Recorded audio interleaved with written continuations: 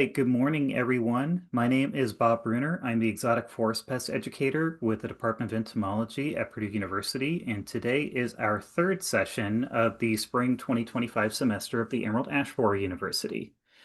Today we are hosting Dr. Angela Mech, or Mech. How do I pronounce that It, correctly? it's Mac. Mech? All right, awesome. And today she is going to be talking to us about an interesting Lepidoptera in Maine, the browntail moth. So, Angela, would you like to take it from here? Sure. Thank you all for joining today, and thank you, Bob, for inviting me. I'm really honored to be here. So I am the assistant professor of forest entomology at the University of Maine. And so today I'm going to talk about browntail moth. And unless you're from New England, this is probably going to be a new insect species for you. And you're probably going to hope that we keep it in New England. All right. So browntail moth is actually native to Eurasia. It can be found all the way from northern Africa up to Sweden and western Russia. It has a huge range distribution. And it was accidentally introduced in the late 1800s. And truthfully, they were probably glad to get rid of some of them because they hate this thing too. If it's any indication, the Dutch refer to it as bastard satijnroeps, which I'm sure you can figure out the translation there. Um, so browntail moth actually has a pretty long history of upsetting people. And so when man began to record his troubles with the pests of crops, browntail moth was among the first to receive attention. And you can go back and find some really interesting things in the literature about browntail. And so back in the 1500s, the German church excommunicated browntail moth. The French attorney general issued an injunction against browntail moth. And there was a huge outbreak in London in the 1700s that was feared to be the beginning of the next plague.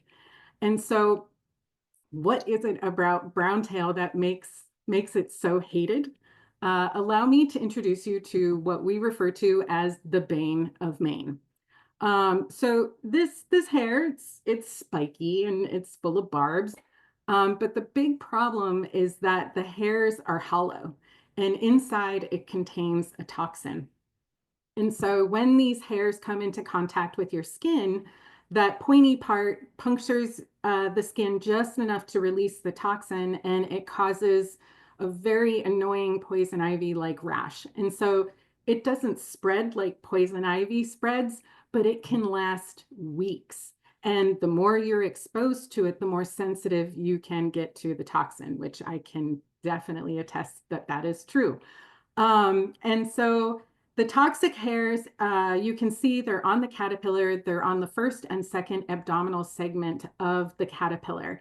And there are a lot of these toxic hairs. So this is maybe a tenth of what is found on a single caterpillar. And the real horrible part about this is that these hairs go airborne every time they molt. And so, with an average of over 400 caterpillars in a single nest on a tree, and then you have hundreds of these nests on a tree, and they do 5 molts outside of that nest, that means that there is a lot of these toxic hairs just in the environment. And so, folks can get the rash without ever coming into contact with or even seeing the caterpillars. The other bad news is that the toxin remains viable in the environment. And so these hairs can remain even after the caterpillars are gone. Folks will be raking their leaves in the fall and end up getting the rash. Hot summer days, we have to basically cover up to go out and mow the grass because the grass can have the toxic hairs in them. So kind of problematic. And if you think you can escape them, think again. These hairs are very tiny. So some of the longest ones we've measured is only about 120 micrometers, which is barely longer than the width of a human hair. And so these are small enough to blow in the wind, blow through windows. It's also small enough to inhale, so they can cause respiratory issues for those that are sensitive. And as I learned the hard way, they're small enough to get stuck behind your contact in your eye and tear your cornea. So not we don't like these hairs. And so now that I've officially scared you, let's talk about brown-tail moth in North America. So browntail is highly polyphagous. It will feed on the leaves of most hardwoods that are out there. There's over 80 species recorded in over 20 families of trees. And then it does seem to have a preference for oaks and fruit trees, like in the Rosaceae family. And that's how they think it actually was accidentally imported, was on nursery stock. And so cherry trees, apple trees, crab apples, which are a big ornamental tree here in Maine. And then we found that during an outbreak, they can actually also feed on conifers. So as they get bigger, their preference seems to get bigger as well. Like they'll feed on anything. As they come down the tree, they'll start feeding on herbaceous plants, things in the garden, basically whatever they can come across. And for our hardwood trees, if we have repeated defoliation similar to spongy moth, we see tree mortality after a few years of repeated defoliation. So brown-tail moth has luckily one generation per year. And so it starts with the eggs. They're going to be laid end of July, early August. The female is going to lay just a single egg mass. And on average, there's about 450 eggs per egg mass. And when they hatch, they do feed gregariously. They're just going to kind of skeletonize the leaves, and they actually leave them, we call it bronzing. And so we can see this on the landscape where all of a sudden we see the leaves on the trees turning this bronze color weeks before we have changes in color due to autumn. And so as they're all feeding together, they're also going to start silking these leaves together. And they're actually going to create a winter nest out of this silk. And so every time they go back and forth, they deposit silk on the twig. And so that helps anchor these winter webs to the tree. And so what we'll see is the female will lay these egg masses on the tips of branches. So these nests will be on the ends of branches at the tops of trees. But what's really cool is that we can actually survey for brown-tail moth in the winter. So once the leaves fall off, that white silk is very reflective on sunny days. And so with the sun behind us, we can basically look up and count these winter webs on the trees. So then usually mid to late April, they'll come out of their winter diapause. They're in the third caterpillar stage, second or third usually, overwintering. And then they start to get bigger and really start feeding on the tree independently as they get bigger. And now the caterpillars are going to be out more often. We can look for those diagnostic traits. So brown-tail moth caterpillars, they are brown. They have orangish colored hairs that are longer, and then they always are going to have these two orange dots on the back of the abdomen. The white lines on the side don't appear until the later instars, so it's really those two orange dots on the caterpillars that we look for when we're trying to determine if we have brown-tail. Then they're going to be feeding, they go down the tree. So we do see defoliation start at the top of the tree and then work its way down. Depending upon how heavily infested, they can completely like the whole tree will have no leaves left. They'll move to new hosts, crawl up new trees as they begin to really do their damage. But they come back together when they're pupating. So they can pupate individually and they will pupate anywhere, the awnings of houses, in between sidings, really any place they can find that's kind of a nook. But they also create these pupal packets. And so we can find over 50 pupae in a single packet. And it's just this clump of silked together, partially chewed leaves. And unfortunately, it contains the exoskeletons of the largest caterpillar, and that the later instar stage, they go from having 2 tufts of toxic hairs to 24 tufts of toxic hairs. And so this is the most toxic stage, are these pupal packets, because they are just full of those toxic hairs. And so no matter what work we're doing on browntail, and if we have escaped the rash, the minute we have to start working with pupal packets is when we basically all start itching. Um, then there's going to be a mass emergence event with the adults, usually in mid-July. It only lasts a couple of weeks. Adults don't feed, so they usually die on average like 4 or 5 days after emergence. And this is where they get their common name.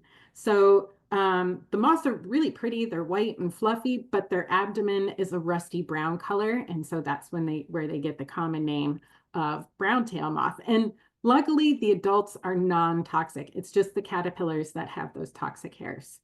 So browntail moth is the common name. Let's talk a little bit taxonomy.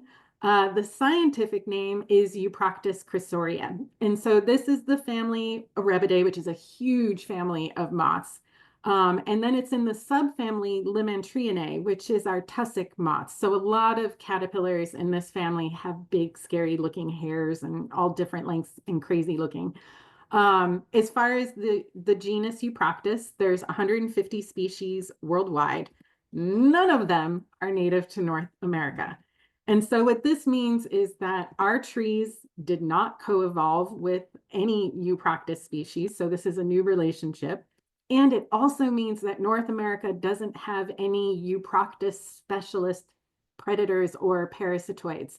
So when this moth invaded, it was basically able to do whatever it wanted.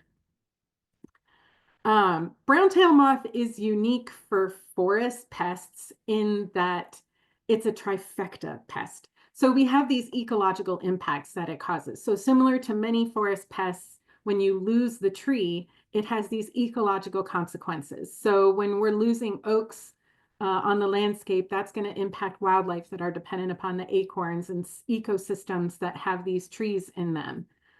Then we have economic impacts. So as I mentioned, it really likes the fruit trees. So apple orchards are having to increase their management tactics in order to combat browntail moth.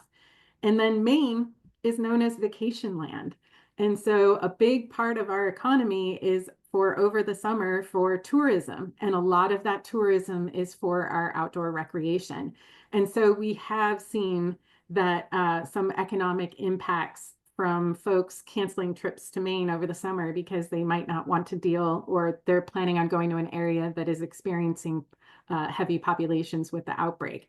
So there's economic impacts associated with this pest. And then the new one for me, as a forest entomologist, we aren't really trained in public health, but this is a public health pest. So these toxic hairs are a public concern. And I could spend the whole 45 minutes talking about the horror stories that I have heard from folks. So, for example, the hairs will float on swimming pools. And so there are people I've heard of that have gone swimming and gotten the rash everywhere except for where they have a swimsuit. I've heard just stories of folks that have had to go to the emergency room because of how severe the rash has gotten, or for a reaction from inhaling. The older literature from the early 1900s does say that browntail moth was responsible for dozens of deaths. And they think that that was from anaphylaxis before EpiPens and things were invented. So it does also have this public health impact. So to have a forest pest be all three of these things is kind of unique. All right, so let's talk about this invasion. So it arrived in the late 1800s to the Boston, Massachusetts area, right around the same time as spongy moths. So same area, same time. And when they both first invaded, researchers actually considered browntail moth a greater invasive threat than spongy moth. So for about a decade in the late 1800s, there was a lot of money put to this general area to try to squash spongy moth and browntail moth. Most of the time, the funding was combined for these two pests. And in 1900, they had narrowed down these two populations to be so small for both spongy moth and browntail that they decided, all right, we're good. They thought they had it under control, and so the project was abandoned, funding was cut. Wrong. If I could go back in time to any point, I would love to go back to this point. And so for the next 5 years, without any eradication efforts, browntail and spongy moth basically spread. And this was when we see in this image the light gray is the original outbreak area. And so it spread through New England. And then in 1905, once they realized that it was spreading and they should reenact those control efforts, they did. So what sort of control were they doing? Well, they were spraying things. And back then we sprayed things that we probably shouldn't have sprayed. And now we know that we definitely wouldn't use that stuff again. But they were willing to use anything and try anything because of how miserable of a pest this was. The other thing was manual clipping of those winter webs. So remember, they're in that winter web from October to March, which is a very big window to go climb some trees and clip these nests out. The other thing they utilized was child labor. Uh, so they would offer neighborhood kids 5 cents for every 100 browntail moth webs that they were able to clip. And so this image I found in an old article, and it was estimated to have 120,000 nests in this pile, which would make quite the bonfire. And this kid would have gotten $60 for that pile, which if you translate that to nowadays, that would be over $3,000. So I think that's pretty cool. I would climb trees for $3,000 as a 10-year-old. That'd be great. So not too bad. The other thing they initiated shortly after restarting the eradication program was going over to Europe to look for parasitoids and predators. And so this was before we had rearing labs. And so what they would do is they would go over to Europe, collect a ton of browntail moth caterpillars, bring them back to Eastern North America, and then just see what reared out, and then basically release whatever reared out.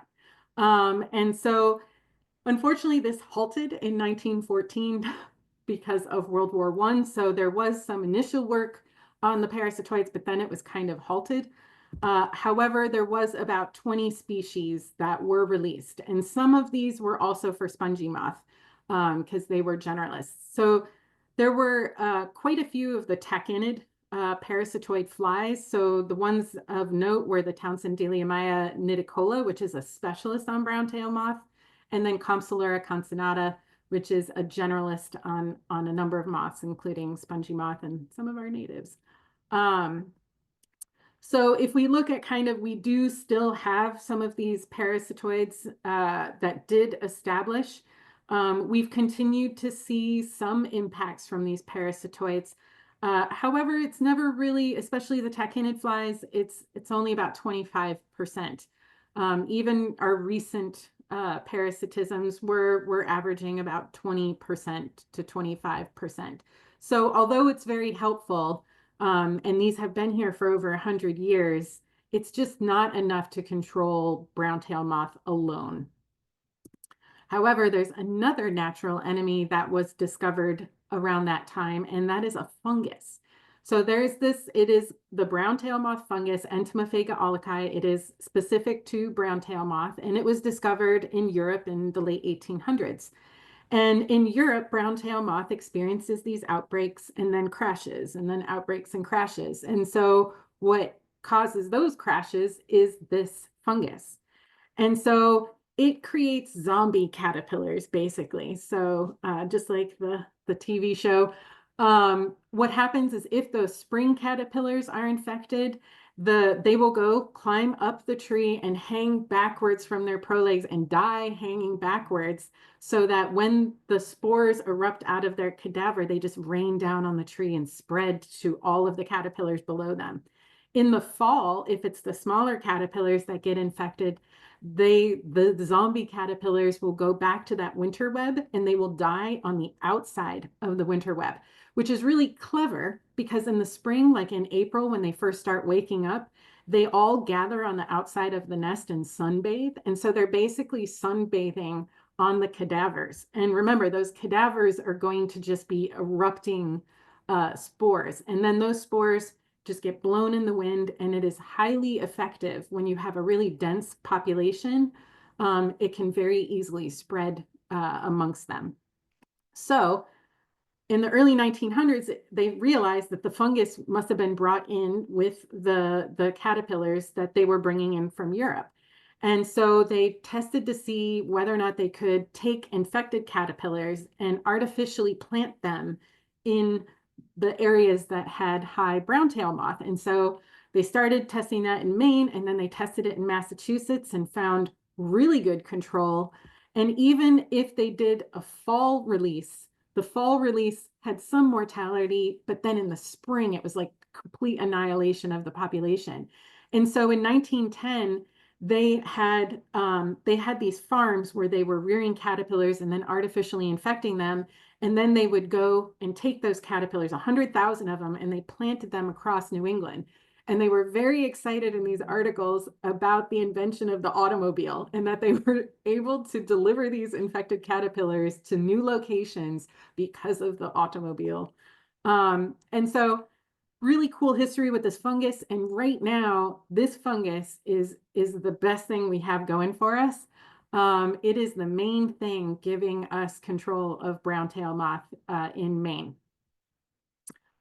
Okay, so history of the outbreak. So as I mentioned, they outbreak in Europe under normal conditions, and they do seem to do that here as well. So the first outbreak, which that's the gray on this map, it lasted about 20 years. And then we had the second outbreak, which is the darker gray, happened again also it lasted about 20 years during the 1920s and 30s. And during this time, it was said that in Maine, more than 30 million winter webs were clipped during the second infestation, and 875,000 trees were cut just in Maine. Then there was another outbreak in the 60s in New England, and it just keeps getting smaller. That basically, whenever the populations would pop up, it was like whack-a-mole trying to get them down. And so they would go in and spray, which they were using DDT at the time, and then they would go back to those locations and clip any remaining winter webs to try to basically eradicate it. And what they did is after this 1960s outbreak, they did eradicate it from the mainland of New England. And so it was after this outbreak, it was only found in the tip of Cape Cod and a couple of islands off the coast of Maine and Casco Bay. And so they had eradicated it from the mainland, which is pretty cool. But then in the 1970s, the Maine population started to outbreak again, and it was sprayed with carbaryl this time. And then in the 80s and 90s, the outbreak reached the mainland again. And so it did spread now, and it's covering a larger area in the coastal part of Maine. And that one crashed because of an entomophaga outbreak. And then 2015 is our current outbreak. And so this one also started in the Casco Bay area from a little bit from the mainland as well. So it kind of started from a bigger area, and it has been spreading now for 10 years. So what is different about, like it was so quiet. Not much had been happening in over 50 years, and it's been like 100 years since it did anything massive. But now this outbreak is something that many folks haven't seen in about 100 years. So there's some things that are different now. One is that there's been changes in policies. So back in the day, over 100 years ago, there were actually laws on the books in New Hampshire, Massachusetts, and Maine that you had to clip winter webs on your property. And if you didn't, the state would come in, clip them, and then tax you if you didn't do it yourself. So there was a very good public initiative to clip the nests and to have folks keeping an eye out. Also changes in things in different control measures. So in the 40s, 50s, and 60s, they were able to eradicate browntail because they were using things that were very effective, just not very good for the environment. And so DDT is now banned. And the products that were used in the 1990s, there are now, because of that, a lot of aerial applications have been banned in most coastal communities. And that has to do with the fact that they were spraying dimilin, which is it disrupts the molting of insects, but also it can disrupt the molting of crustaceans. And here in Maine, we really like lobster. And so anything that negatively impacts lobster is going to have some public pushback. And so now there is aerial banning of pesticides in most of coastal Maine, which prohibits some large scale management. There's also a lot less fun. Money's tight these days, especially trying to find, enough money to do a large scale management program. And so in 2022, the state did pass the browntail moth mitigation fund, which towns and municipalities can apply to get money to control browntail moth, which is usually going to be by utilizing pesticides in parks and community parks and stuff like that.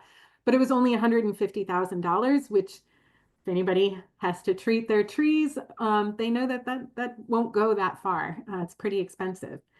But if we look back to the early 1900s when it was deemed such a significant issue, if we translate the amount of money that was put towards eradication of spongy moth and browntail moth, because some of it was combined, we're talking over $100 million during that time. And so the kind of money that was put towards this back then just isn't available now, which means this is really on the homeowner. The homeowner is the one who has to try to control this or take care of it. And so we did a survey to Mainers a couple of summers ago, and we were excited to see that 3/4 of homeowners are doing something. The majority of them are clipping those winter webs, which is great because that will reduce the next, the spring population and cause a decline. It was a little disheartening to see that a fifth of respondents are just cutting down the trees. So, when browntail moth is laying her eggs at the tops of these really old oak trees, you can't reach the nest to clip them. And so homeowners are opting to just cut down the tree because they don't want to deal with the rash. What was kind of promising from the survey was that we did see that 2/3 of respondents would be willing to let the state or municipality come and help manage browntail. So there is acceptance of receiving aid because sometimes folks aren't really willing to let people on their property, but there does seem to be at least some acceptance of this. Other changes are changes in climate since then. So that fungus, Entomophaga aulici, which works really good, needs cool, wet springs or warm, wet falls, neither of which have been prevalent since 2015. And so when we do have the right conditions, it's kind of localized crashes. And so it creates this donut.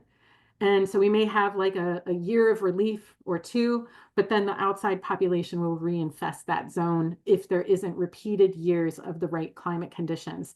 And then in 2023, it was cool. It was raining in the spring. We all got really excited that this was going to be it. And it just was too much rain because you have to have the wind to blow those spores around. And so we would find individual trees would have it, but the tree next to it had a thriving population. Like it was really weird.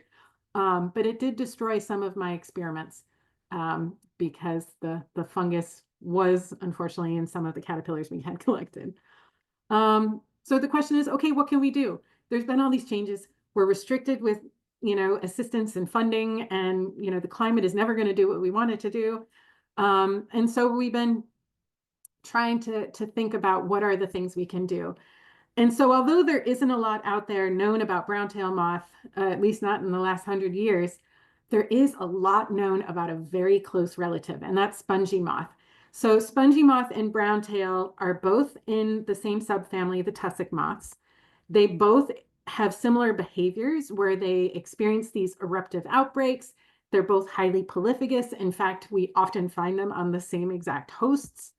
They both have heavier females compared to the males. They both have one generation, and they both have infested the same areas of New England, so they share similar climate conditions. And so we decided, well, let's take a page out of spongy moth's playbook, since there has been a lot of research done there, and see if what works for spongy moth could potentially work for browntail. And so we're basically looking at this very successful slow the spread program for spongy moth. And one of the things they utilize are pheromone baited traps for monitoring.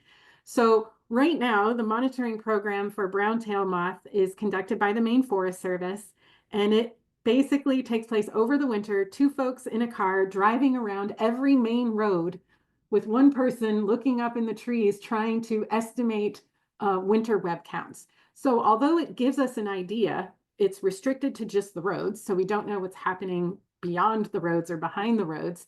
And it takes a lot of time. You can only do it on sunny days in the winter. So we were trying to think of, well, can we make this more efficient and better for a monitoring program? So we've been working with Trace, and the female sex pheromone was identified back in the 90s. So we are using a lure to see if we can capture population densities on the landscape using, just normal monitoring traps. And so it is looking really good. We're catching more moths where there's higher densities, fewer where there's lower. And now we're trying to correlate that to the winter webs to basically see, well, how many male moths equals lots of itching? Another thing that is utilized for spongy moth is using biopesticides or BTK for management. This is going to be more publicly accepted because it's a biopesticide and organic versus more of your chemically synthesized compounds. And so it works really well for spongy moth. So we tested it on browntail.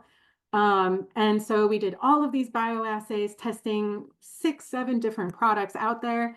And my poor grad student Sadie, we did 9 trials, and the caterpillars just never ate the treated leaves. They never really died. It was kind of inconclusive. We learned a little bit about how weird they get when they're separated and other behavior things, but we couldn't really say anything about it. But the whole never really dying thing was confusing because we had them in these cups for a long time. So we have done some starvation studies now, and we have determined that browntail is pretty hardy. So the third instar caterpillar, so this is what wakes up from the winter diapause. Like we were curious, do they have to be very closely synced with bud break, or do they have some flexibility? They definitely have some flexibility. On average, the LD50, so when 50% of the population died, was 8 days in our first trial and 12 days in our second trial. So they could live a long time. And the oldest caterpillars survived 18 days without food.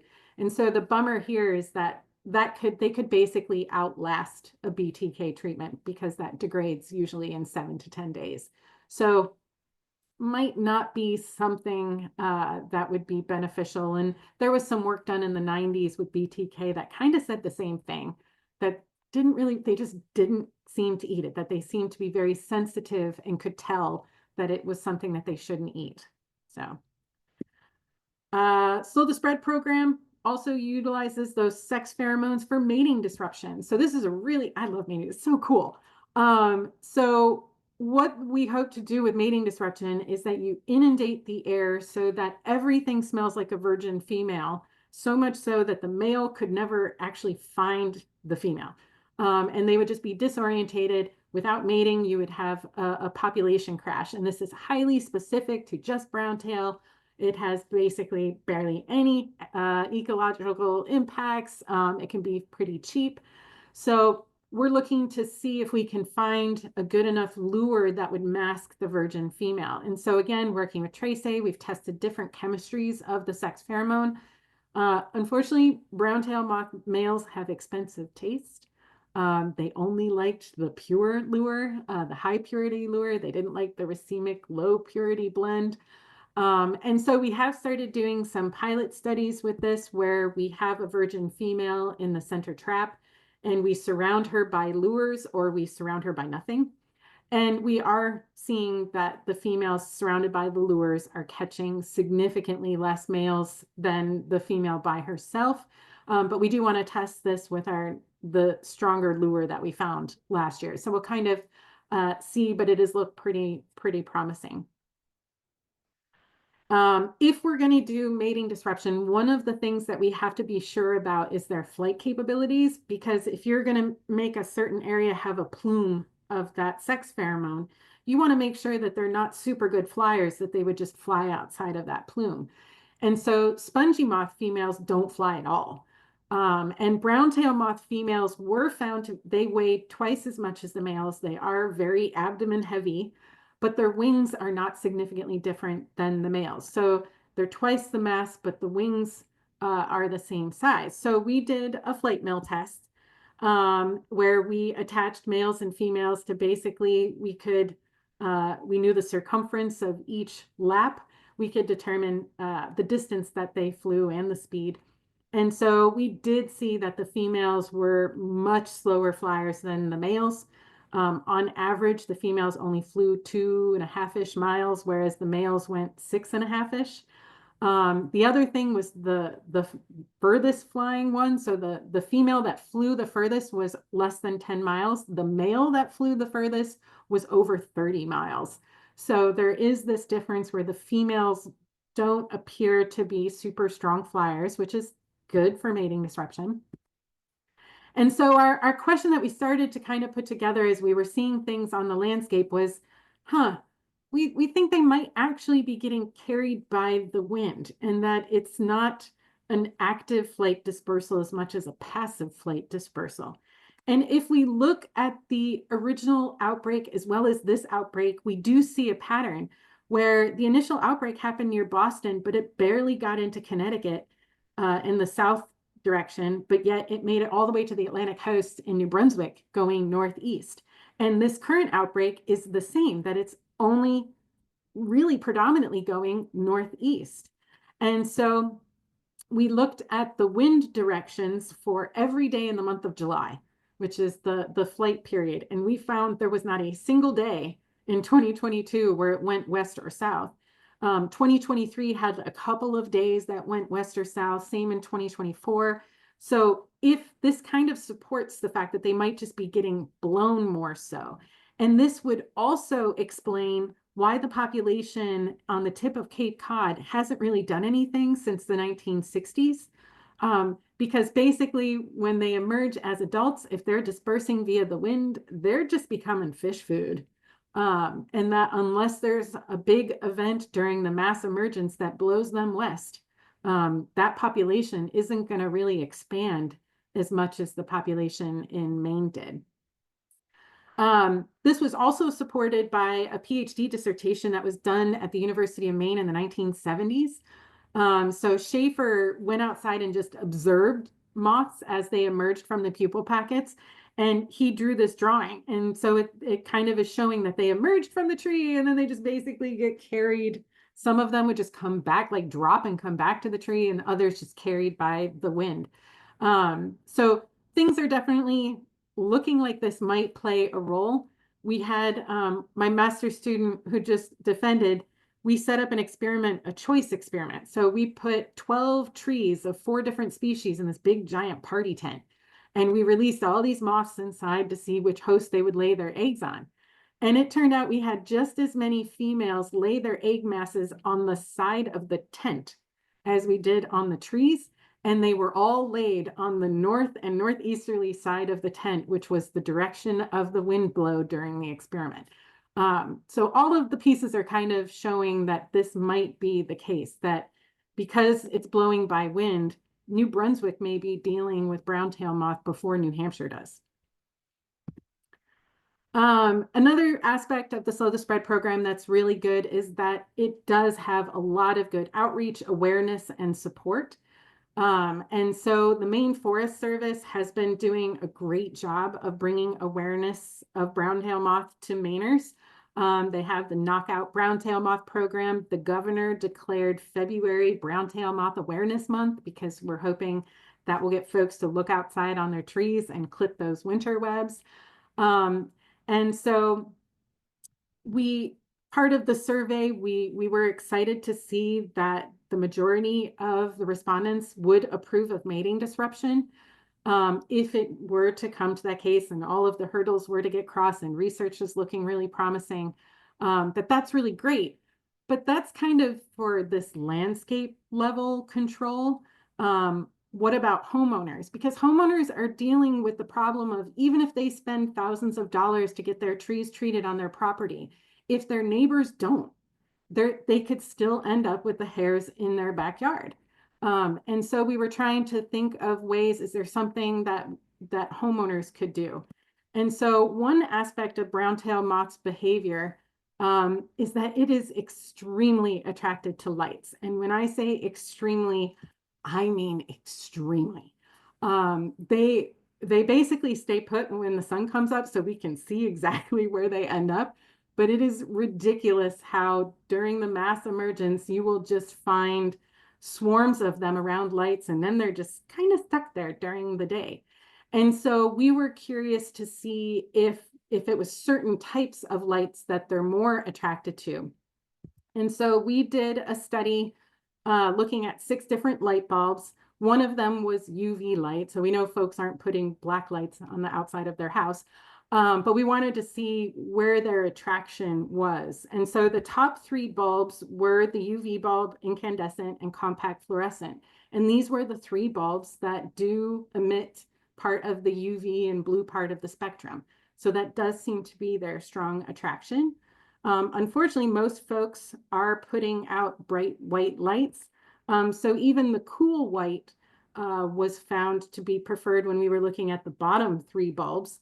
So there still is an attraction. Cool white bulbs still do have more of that blue light, but the yellow bulb, when it was placed with anything else, no moths went to it. And when we did the yellow LED versus just dark, 2/3 of the moths chose to just stay in the dark rather than even going to that yellow LED bulb, which was really exciting to see that, okay, there might be something here that we could give a recommendation for. But we had to connect it to impacts. And so we went around campus to determine whether or not are the trees closer to light? Do they have more nests in them? Because what we find at the lights are the males, but we were curious, are the females drawn to the trees closer to light? So they're still drawn to the light, but not going directly to the light, possibly because they don't have the best flight capabilities to flutter around these lights for hours. So we went to every tree, determined the distance to the closest light and how many winter webs they had, and tried to see, is there this trend? And there was. The trees closer to the lights had more nests on them than the trees further away. And this is if we just look at only the oaks or only the crab apples. And so, unfortunately, most homes do have trees within 130 feet of a light source. So we are making recommendations now that landowners and homeowners either turn off their lights during the flight season or change their outdoor light bulbs to be the yellow LED to try to reduce the number of winter webs on their trees. So kind of wrapping this all up, kind of things that we've learned and are continuing to learn is that although this is a single species, it has multiple impacts that do require kind of multi-pronged management approach and even some medical research. It's also not the 1800s anymore. So we do have to adapt. We can't pay neighborhood kids or use child labor anymore. There are some cool new developments, though. We do have a few tree care companies that have purchased these attachments for drones that are able to clip the winter webs from the really high oak trees. So we're hoping that folks will utilize that more rather than cutting down their trees. And I'm not gonna lie, working with browntail's pretty miserable. When I can't sleep at night over the summer because I'm just itching so much, I question my life decisions. But I remember that there's a good reason why we're doing this. Like we have to not only think about ways to reduce the impacts of this outbreak, but we need to be prepared for the next one. And the next one is going to be even worse because now the endemic populations, even when this crashes, is across a much larger landscape.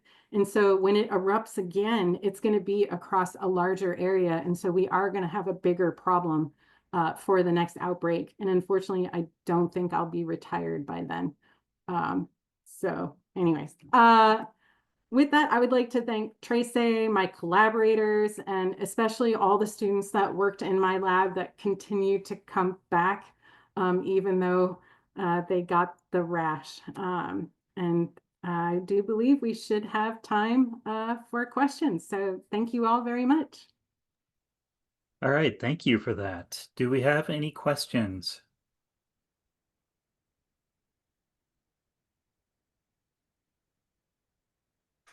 Okay, I am not seeing any pop up. I thought that was extremely interesting. Thank you for sharing that with us, and I sincerely hope your research never leads you to Indiana on this particular insect.